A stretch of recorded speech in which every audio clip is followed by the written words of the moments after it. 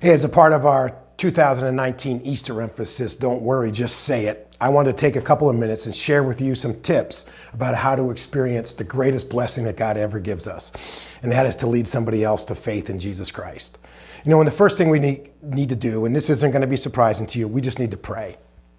We need to pray that God would give us opportunities to share our faith.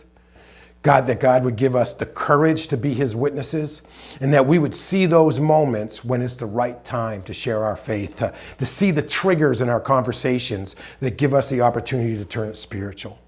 Secondly, I think we need to just have an awareness of those who are around us. I think we think about people as being like our friends, our neighbors, our family, etc. And we don't really ever think about whether that they have faith in Christ or they don't have faith in Christ. And we need to be aware of those around us who don't know Christ, and with that be alert to the opportunity to share with them. We need to be ready to tell our story.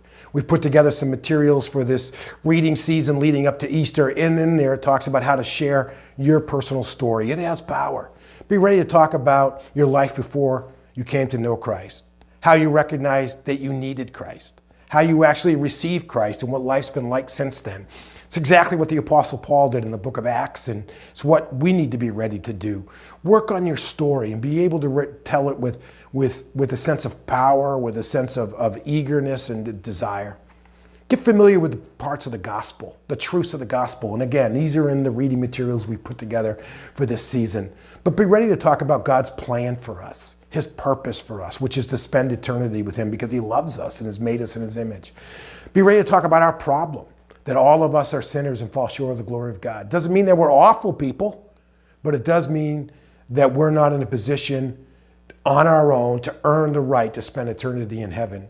Talk about God's remedy for that he has given his son, Jesus Christ, because he loved the world, and that all of us who believe in him would never perish. God has provided that solution to us. There's a remedy to it. He came to give his life as a ransom for many, which is what we remember on Good Friday.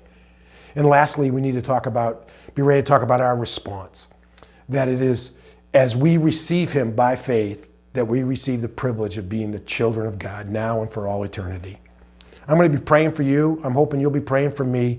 I'm hoping all of us will experience the greatest blessing that God has for us, which is to lead somebody else to faith in Jesus Christ. God bless you.